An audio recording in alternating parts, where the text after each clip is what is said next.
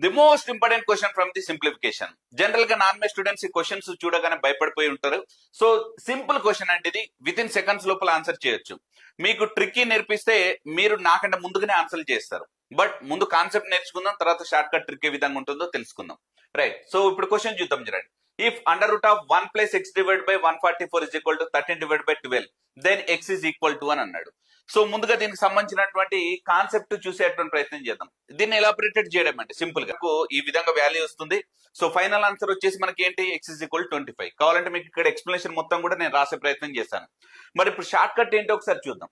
Short cut అంటే ఏంటో ఒకసారి చూద్దాం. చూడండి, ఇక్కడ ఉన్నటువంటి వాల్యూ 13 + 12. 13 + 12 ఏమవుతుందండి మనకు సింపుల్ గా 25. సో 25 అనేది మన ఆన్సర్. రైట్, ఆప్షన్ సి అనేది రైట్ ఆన్సర్. ఇంకో క్వశ్చన్ చూద్దాం. సింపుల్ గా ఇక్కడ ఒకసారి మనం అంత క్వశ్చన్ మనం రీడ్ చేసి మళ్ళీ ఎక్స్ప్లెనేషన్ చేయాల్సినటువంటి పని లేదు. సింపుల్ గా 11 + 10. 11 + 10 ఏమవుతుంది 21. సో 21 అనేటువంటిది ఆన్సర్. చూడండి ఎంత సింపుల్ ఉందో.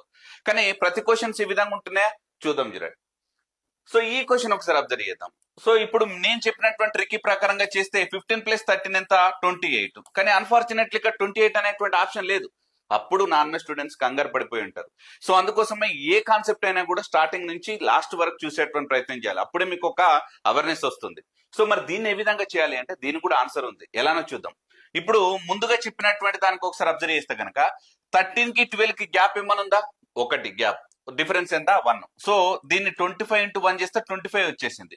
సో ఇక్కడ కూడా 21 × 1, ఎందుకంటే గ్యాప్ 1 కాబట్టి. రైట్, సో ఈ విధంగా. బట్ ఇక్కడ డిఫరెన్స్ ఏముంది 2 ఉంది కాబట్టి ఇక్కడ ఇంటూ 2 తోటి మల్టిప్లై చేయండి. 28 × 2 ఎంత అంటే 56. సో కాబట్టి ఆప్షన్ సి అనేటువంటిది రైట్ ఆన్సర్.